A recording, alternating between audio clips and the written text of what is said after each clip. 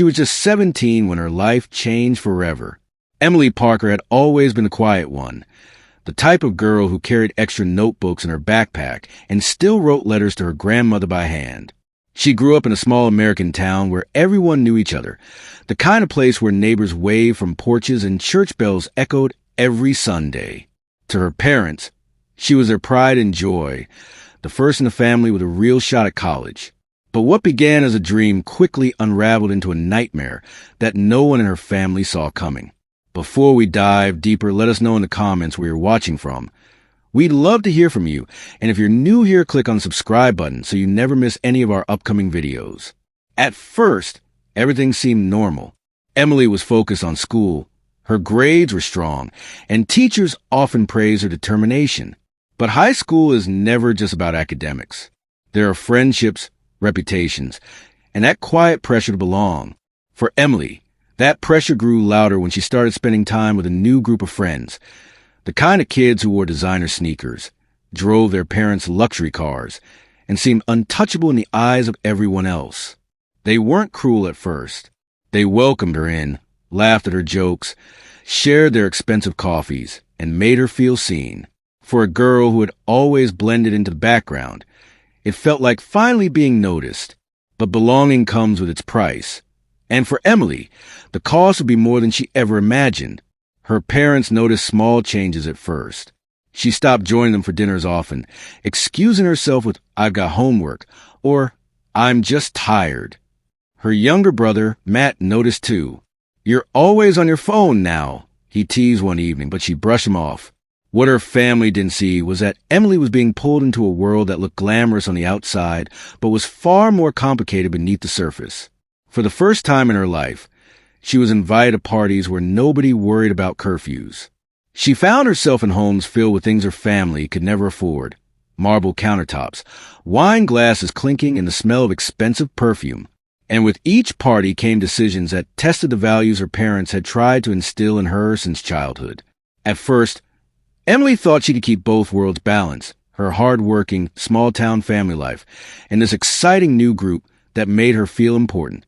But balance is a tricky thing, and it rarely lasts. Soon, invitations became expectations.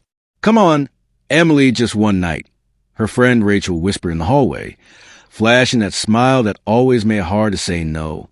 One night turned into many, and while her classmates were studying for exams, Emily was learning a new set of unspoken rules: how to dress, how to laugh at the right jokes, and how to keep quiet about the things adults wouldn't understand. She told herself she was only playing along, that she was still the same Emily deep down. But late at night, as she scrolled through her phone, she started to notice how different she felt. For the first time, she was no longer sure who she was trying to be. Her grades began to slip, slowly at first, an assignment handed in late, a test she hadn't studied for. Teachers noticed. "Emily, this isn't like you," one of them said, gently handing back a C- paper. She nodded, embarrassed, but shrugged it off, because outside those classroom walls, she felt alive in a way she never had before. There were trips out of town where she didn't tell her parents, late-night drives with music, so loud it shook the car, and gifts, expensive makeup, jewelry, even cash slipped into her backpack. None of it made sense. Why her? Why would these kids, so wealthy and confident, care about a girl from the other side of town? But that's how temptation works. It doesn't arrive with warning signs. It arrives with open arms and easy smiles. And the more Emily stepped into their world, the harder it became to step back out. Her mother started asking more questions. "Honey, where are you going so late? Who are these new friends?" Emily hated lying, but lying became easy with practice. "Just study group, Mom. Don't worry." But her father wasn't so convinced. One night, when she came home hours past curfew, he was waiting on the porch light casting his shadow across the yard. "Emily, this isn't you," he said quietly, almost pleading. She wanted to answer, to tell him the truth, but shame weighed too heavily. Instead, she brushed past him with a muttered excuse, her heart pounding in her chest. Deep down, she knew he was right. She wasn't herself anymore. But the pull of belonging was stronger than any warning, and she couldn't let go.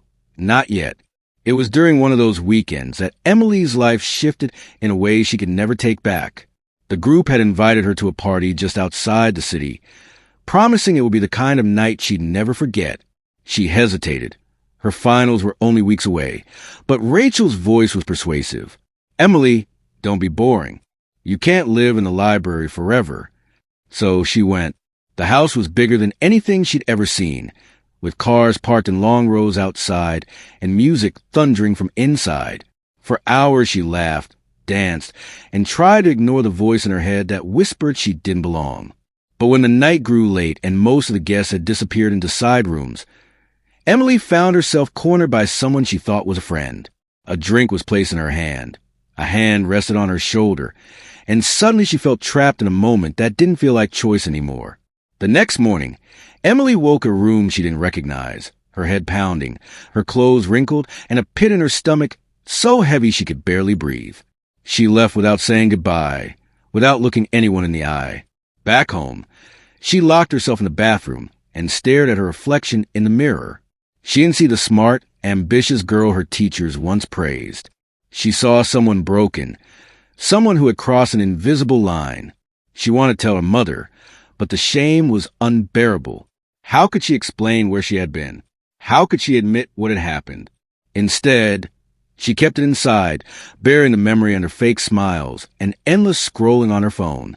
But secrets like that don't stay buried for long. They seep into every corner of your life until you can't escape them. Her friends notice a change. "You're quieter these days," Rachel said during lunch, tapping her nails against the table.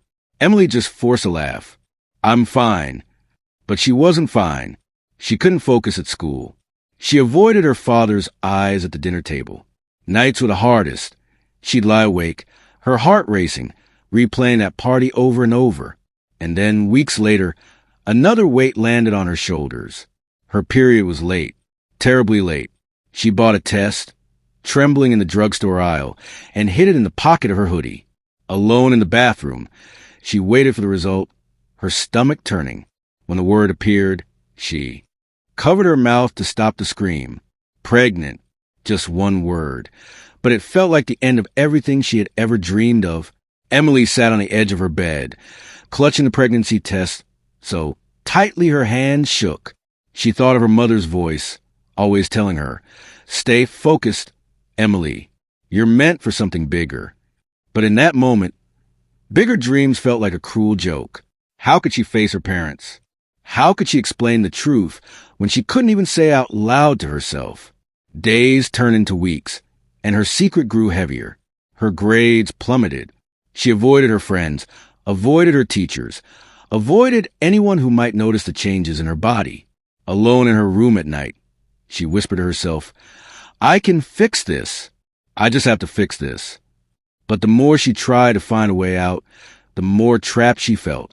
She was only 17, and the weight of adulthood was crushing her before she'd even had the chance to live. Eventually, she confided in Rachel. "I think I'm pregnant," Emily whispered, her voice trembling. For a moment, Rachel just stared, then shook her head. "Don't worry. We've handled this before." Her words were meant to reassure, but they felt like ice. That night, Rachel gave her a small packet of pills, promising they'd solve everything. Emily stared at them in her hand, her heart racing. She thought of her future, of the college brochures still sitting on her desk, of her father's proud smile when he talked about her becoming the first to graduate. She swallowed hard, and with tears blurring her vision, she took the pills. Hours later, the pain hit, sharp, relentless, unlike anything she had ever felt. She curled up on the bathroom floor, muffling her cries so her parents wouldn't hear. She thought it would end quickly. It didn't. By morning, she was pale, weak, and barely able to stand. Her mother found her slumped against the sink, her lips colorless, her body trembling. Panic filled the house as her father rushed her into the car, speeding toward the nearest hospital. Emily drifted in and out of consciousness, her mind flashing with fragments. Her little brother's laugh, her grandmother's letters, the porch light that always guided her home. In the emergency room, doctors worked frantically, but the damage was already too severe. Hours later, a doctor stepped into the waiting room, his face heavy with sorrow. Emily's parents collapsed into each other's arms as the words echoed. We did everything we could, but she didn't make it. 17 years old, a life full of promise, cut short in a single night of choices that could never be undone. Emily Parker's story is not just about one girl. It's about the choices so many young people face when they're caught between the pressure to belong and the values they were raised with. Her parents did everything they could. They loved her, supported her, believed in her. But one decision, one moment of weakness, and the silence that followed took all of that away. She never lived to see her graduation. She never lived to see her dreams fulfilled. And her family is left with memories of the girl she used to be, wondering if things could have been different if she had only come to them sooner. So ask yourself, what would you have done if you were Emily? Would you have spoken up? Would you have asked for help? And for those of you who are parents or grandparents, how would you feel if this was your daughter, your granddaughter, your niece? These questions aren't easy, but they matter, because behind every statistic is a family like Emily's and a story that ended far too soon. If there's one lesson in Emily's short life, it's this: silence can be deadly. No mistake is too big to share with the people who love you. No problem is too heavy to carry together. And while choices have consequences, so does reaching out for help. Emily's voice was lost forever, but maybe her story can speak for those still searching for a way out. If you enjoyed this story, don't forget to like, comment, share, and subscribe for more dramatic tales. Your support keeps us going, and we can't wait to bring you the next story.